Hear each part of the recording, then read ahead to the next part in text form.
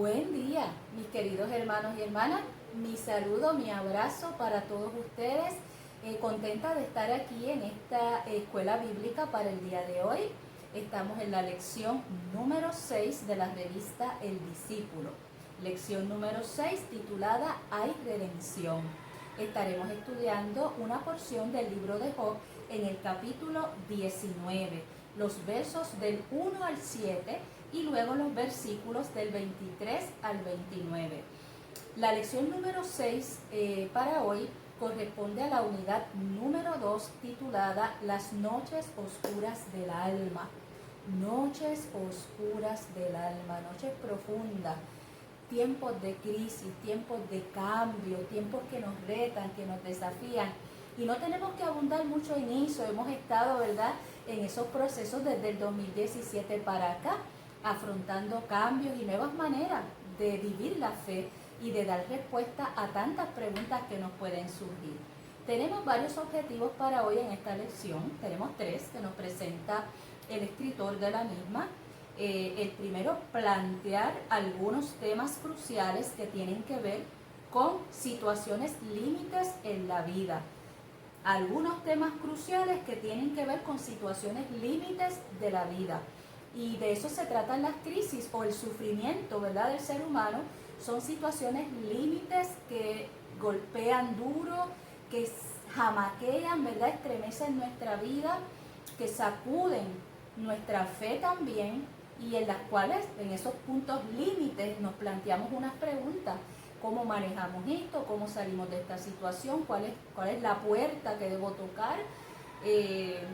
Así que nos planteamos hoy, a través de la lección, temas cruciales sobre situaciones límites en la vida. Segundo, explorar la forma en que Job manejó su sufrimiento y su dolor, porque hay maneras y maneras.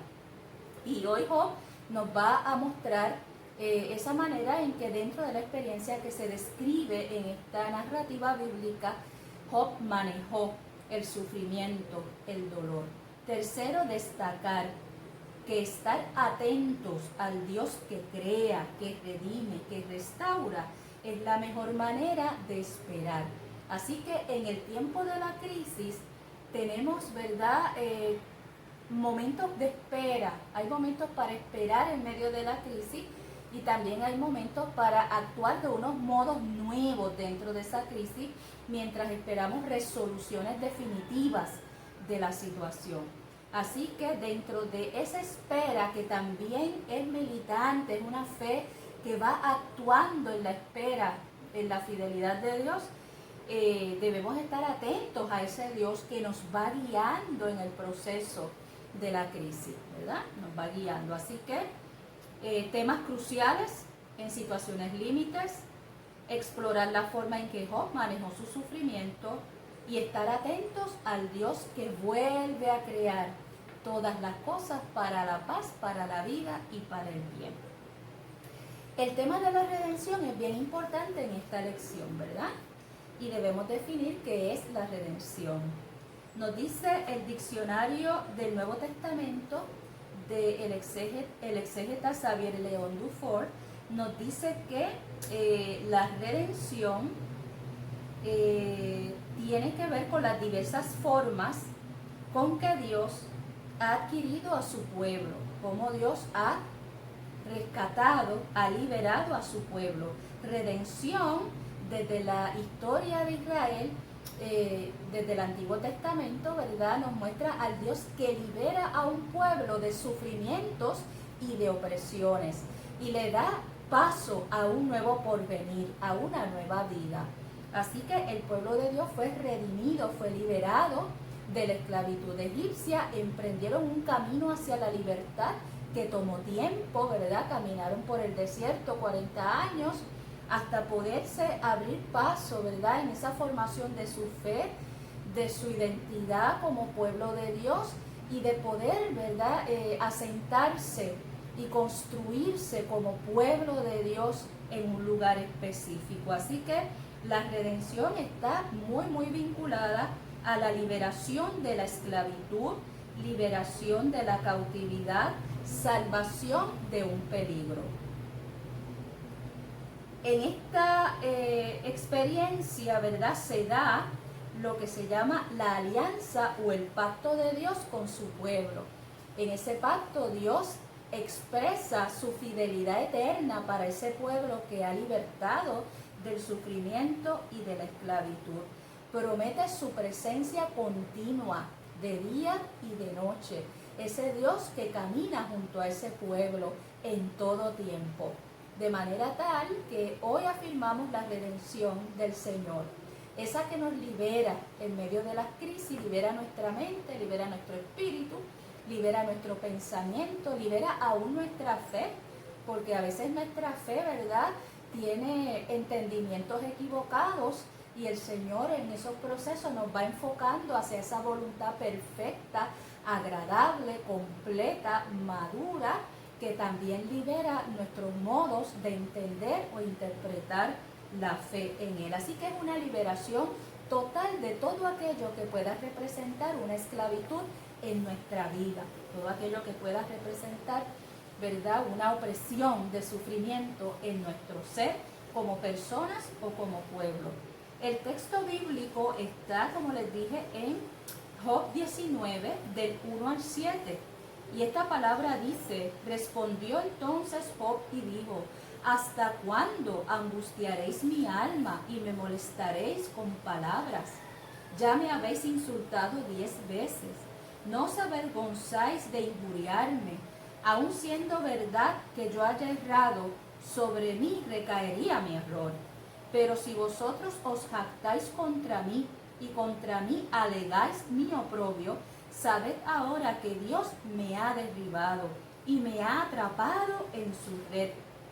Yo grito, agravio, pero no se me oye. Doy voces, pero no se me hace justicia. ¿Quién diera ahora que mis palabras fueran escritas? ¿Quién diera que se escribiesen en un libro? O que con cincel de hierro y con plomo fueran esculpidas en piedra para siempre.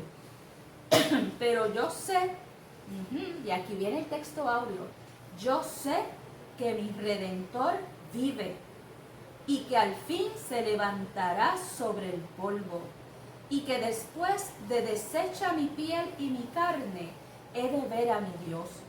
Lo veré por mí mismo, por mí misma. Mis ojos lo verán, no los de otro, pero ahora mi corazón se consume dentro de mí. Deberíais decir, ¿por qué le perseguimos si la raíz de su situación está en él mismo? Temed vosotros delante de la espada, porque sobreviene el furor de la espada a causa de las injusticias. Sabed pues que hay un juicio. Y esta es palabra de Dios para nosotros en esta mañana, en este día, ¿verdad? Esa palabra que nos habla del momento de sufrimiento que vive Job, la pérdida de toda su familia, de sus hijos, de sus bienes, ¿verdad?, de sus posesiones, todo lo que había logrado a través de su vida. Su vida es tocada por el sufrimiento y por el dolor, no porque haya pecado, sino porque el libro nos enseña que el sufrimiento y las complicaciones, complejidades de la vida son parte inherente de esta. Así que vamos a enfrentar en medio de nuestra existencia momentos de sufrimiento, momentos de dolor, también momentos de victoria y momentos de liberación, porque es la promesa del Dios que es fiel. En este caso, los amigos de Job que le acompañan, que van a verle en su condición, le increpan, le señalan, ¿verdad?, y lo acusan, lo culpabilizan. Y no hay nada más terrible que en medio del sufrimiento alguien añada más sufrimiento, ¿verdad?, suponiendo responsabilidades y culpa. Y Job dice, bueno, y suponiendo que yo sea responsable, pues aún así, ¿por qué me increpan?, ¿verdad? Así que en el momento del dolor y el sufrimiento, una de las maneras de manejar ese dolor es poder estar firmes y claros en fe en que Dios está con nosotros, con nosotras, y aun cuando surgieran situaciones como las de Job con su amigo, Job mantuvo su palabra, mantuvo su fe en el Señor, ¿verdad? Y afirmó que era una persona justa, era una persona íntegra, y que el sufrimiento que estaba viviendo, pues, no podía explicarlo, ¿verdad?, del todo, pero una cosa sí él sabía: yo sé que mi Redentor vive y que Él se levantará sobre el polvo, sobre esta miseria, sobre esta angustia que yo estoy viviendo, sobre todas mis pérdidas. El Dios que es fiel se levantará en rescate, me liberará de este momento de opresión. Esa es nuestra confianza en el Señor. De manera que Job hoy nos invita a reflexionar en varias preguntas. ¿Cómo podemos explicar el sufrimiento y el dolor? ¿Cómo lo explicamos? ¿Por qué si hay un Dios tan grande, también hay grandes sufrimientos en el mundo? Porque si Dios es poderoso, no deshace la injusticia y libera a la humanidad de tanto oprobio, ¿verdad? Son preguntas importantes en tiempos de crisis. Segunda pregunta, plantearle a Dios mis dudas puede ser un componente de mi fe. ¿Podemos nosotros plantearle dudas a Dios? Esas preguntas que nos surgen, ¿se las podemos plantear al Señor? Yo creo que sí. Juan el Bautista lo hizo en su momento de estar encarcelado, le mandó a preguntar a Jesús con sus discípulos, mira, pero ¿eras tú el que habías de venir? Porque caramba, yo he hecho la voluntad del reino, he predicado, he anunciado, he denunciado, estoy preso, me van a matar, tú eras el que ibas a venir. Imagínense esa pregunta tan profunda desde la experiencia de un profeta como lo fue Juan el Bautista, ¿verdad? Preguntándole a Jesús. De manera que sí podemos plantearle preguntas a Dios en medio de esta crisis, ¿verdad? ¿Dónde tú estás? Es humano, desde el sufrimiento del ser humano nuestro, pues es natural que esas preguntas surjan y Dios está ahí para escucharlas y también para contestarlas. Dile a Juan que los cojos andan, los ciegos ven, los mudos hablan, que el reino de los cielos se ha acercado. Y esa es la señal de que Dios me envió. Y la segunda señal es que aquellos enviados y enviadas de Dios sufren juntamente con el pueblo.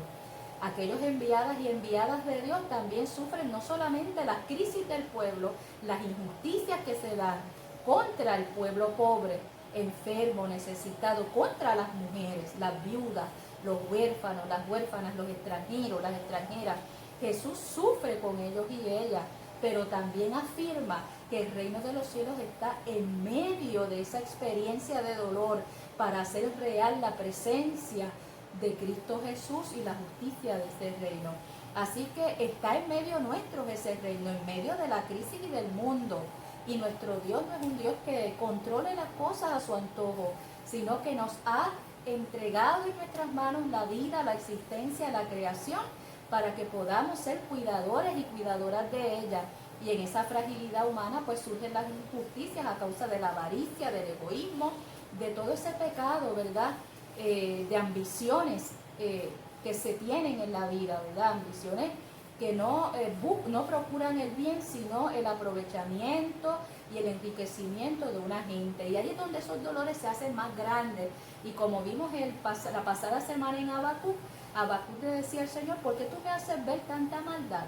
¿Por qué me haces ver iniquidad? ¿Por qué me haces ver violencia? ¿Por qué se levantan contra mí? Todas las preguntas del profeta Habacuc de la pasada semana. Hoy tenemos las preguntas de Job. Job tiene preguntas delante del Señor, ¿verdad? Y son preguntas que él también le plantea a sus amigos y de alguna manera las expresa también para con Dios. Así que podemos plantearle preguntas a Dios en medio del sufrimiento y no es que las podamos plantear, es que van a surgir, se van a dar, porque en el llanto, en el dolor, en el apriete de la existencia y de la vida, en el punto límite, cuando estamos al filo, esas preguntas salen desde el alma y ahí está Dios para recogerlas y para comprender que sufrimos. Por eso es importante comprendernos unos a otros y a otras en nuestros momentos de sufrimiento. A veces cuando hacemos preguntas a nuestros familiares, a los hermanos en la iglesia, es que surgen situaciones difíciles, situaciones de dolor que no sabemos cómo manejarlas, ¿verdad? Y entonces se dan preguntas y se dan reclamos como los de Job a sus amigos o al Señor, ¿verdad? Y lo importante es que podamos comprender el grito del que sufre, las preguntas de la que sufre, el reclamo de quienes sufren. y que podamos escuchar en esa voz, no a esa persona, ¿verdad? Como tal, sino que escuchemos lo que sufre, porque está hablando el sufrimiento, está hablando la enfermedad, está hablando la angustia, está hablando la depresión, está hablando la ansiedad. Así que es importante tener compasión, tener solidaridad, tener empatía, ponernos en el lugar de esa persona y saber que cuando todo pase, cuando todo baje, nos vamos a volver a encontrar con una persona mejorada, que ha crecido y que posiblemente, y así quiera Dios, nos diga gracias por haber sido un amigo o una amiga que pudo comprenderme y no tomó en cuenta mi indignación, el coraje del momento, la pregunta difícil, o inclusive hasta una palabra que pueda ser ofensiva, pero que no nace del corazón de la persona, sino que nace de una crisis que le aturde y le abate y no encuentra cómo manejarla. Así que eso es importante, ¿verdad?, tenerlo en cuenta en tiempos de crisis como las que vivió Job. Así que entender el sufrimiento de los otros, tratar de comprender aún el sufrimiento nuestro para podernos expresar lo mejor que podamos en tiempos de crisis, es parte importante de esa experiencia de fe con el Señor. Sobre todo, como nos plantea el caso de Job, cuando es el sufrimiento de una persona inocente que no merece sufrir o que no merece el trato que esos amigos le dieron a Job, ¿verdad? Ese trato acusatorio. Y claro está, vemos el libro de Job en el contexto de la ley de la retribución.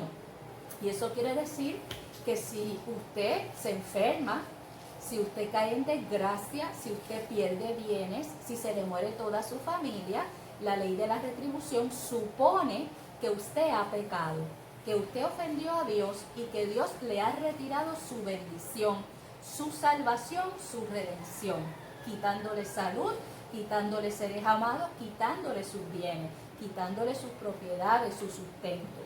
La ley de la retribución en el Antiguo Testamento ve la vida y veía, ¿verdad?, la vida desde ese contexto de un Dios que si tú pecas, te castiga. El libro de Job establece que Dios no es así. Así que el libro de Job viene a ser una voz nueva dentro de la construcción que se hizo de Dios.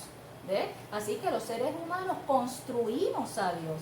Tenemos nuestros dioses, ¿verdad? De la manera en que entendemos que Dios es Dios, lo construimos, ¿verdad? Y siempre habrá un profeta, siempre habrá alguien que escriba, alguien que proclame, que anuncie, que denuncie verdaderamente cómo es Dios, cómo nos ama, cuán fiel es y que está ahí para estar a nuestro lado en todo momento y redimir nuestras vidas, liberarnos del pecado, liberarnos del sufrimiento injusto, liberarnos de la opresión y hacer de ti y de mí seres realmente libres en nuestra mente, en nuestro espíritu y en todo nuestro ser.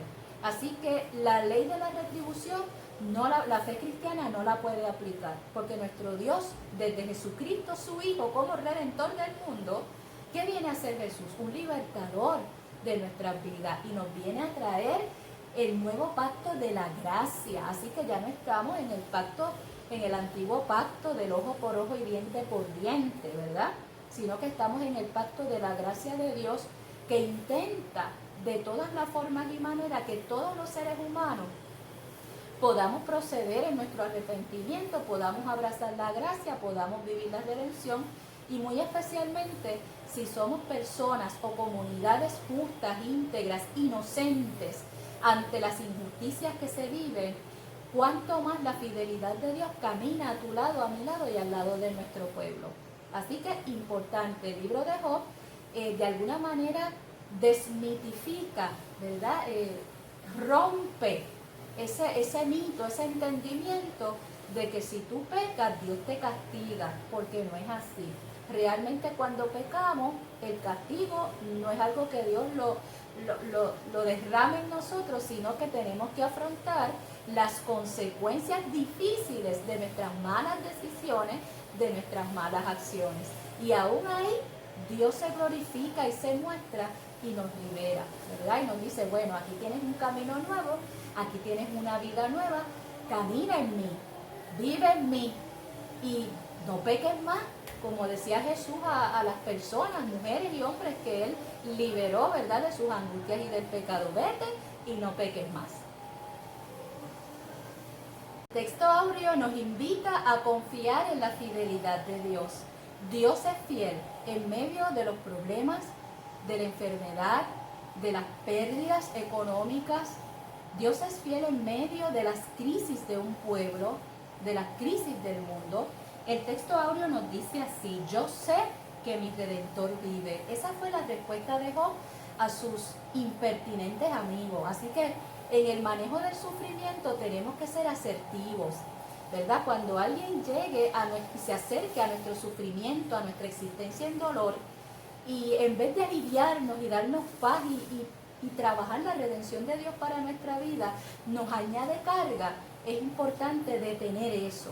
Job fue asertivo en medio de su sufrimiento y pudo manejar esa instancia en que sus buenos amigos trataron de sobrecargarle con culpas que él no tenía ni llevaba.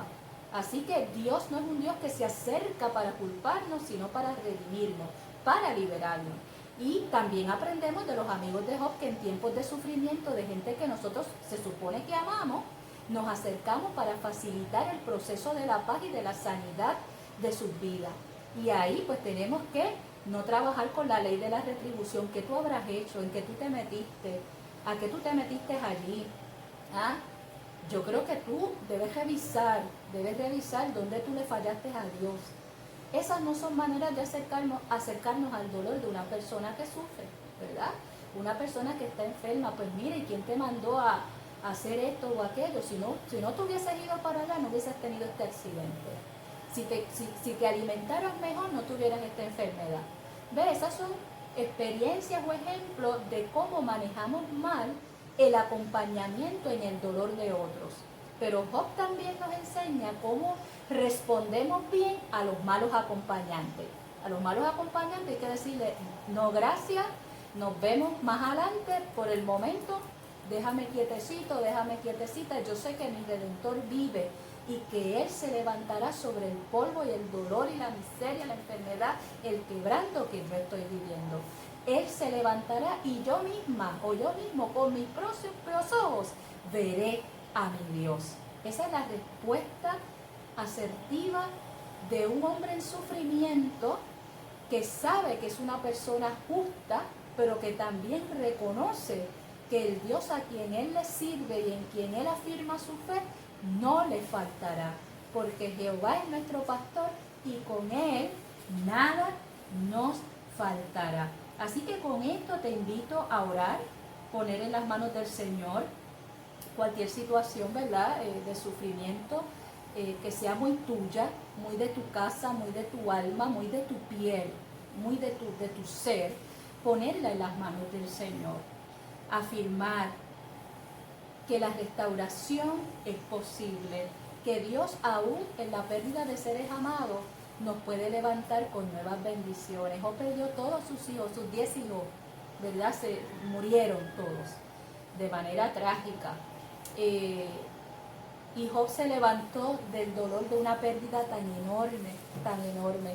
Nadie puede sustituir a esos que se fueron, pero los nuevos que llegaron pudieron darle fortaleza y alegría a su vida. Y aquellos que se fueron, Jehová dio, Jehová quitó, sea el nombre de Jehová bendito. Job entregó sus pérdidas a Dios porque eran suyas esas vidas. Jehová dio, Jehová quitó, sea el nombre de Jehová bendito. Y ahora que me da nuevos hijos y nueva casa, nueva familia, nuevos bienes, también ahora con mayor fe le alabo y testifico que el Señor, ese Redentor mío que vive, me levantó del polvo. ¿Ves? En medio del sufrimiento Dios está. Es cuestión de caminar al paso, podernos comprender unos a otros, no sobrecargarnos, sino vivir la gracia y la redención del Señor en nuestras propias vidas y en la vida de aquellos que sufren y que cada uno de nosotros puede acompañar. Seamos buenos compañeros y compañeras en el dolor y seamos asertivos en el sufrimiento para poder abrazar todo lo bueno que nos da liberación y para poder despedir todo aquello que nos oprime más. Oremos. Señor, tú eres nuestra vida. Tú eres nuestra redención y nuestra justicia. En nuestra condición humana y frágil, muchas veces en soledad y angustia, queremos verte. Mueve las fibras más profundas de nuestro ser para siempre creerte, para afirmar tu fidelidad, para sentirte, vivirte cerca, para adorarte por lo que has sido, eres y serás. Anímanos para que seamos fieles y podamos perseverar hasta encontrarnos plenamente en ti. Mediante Jesucristo, tu Hijo, nuestro Señor y Redentor. Amén. Dios te bendiga. Hasta el próximo domingo con la lección número 7. Fidelidad desafiante.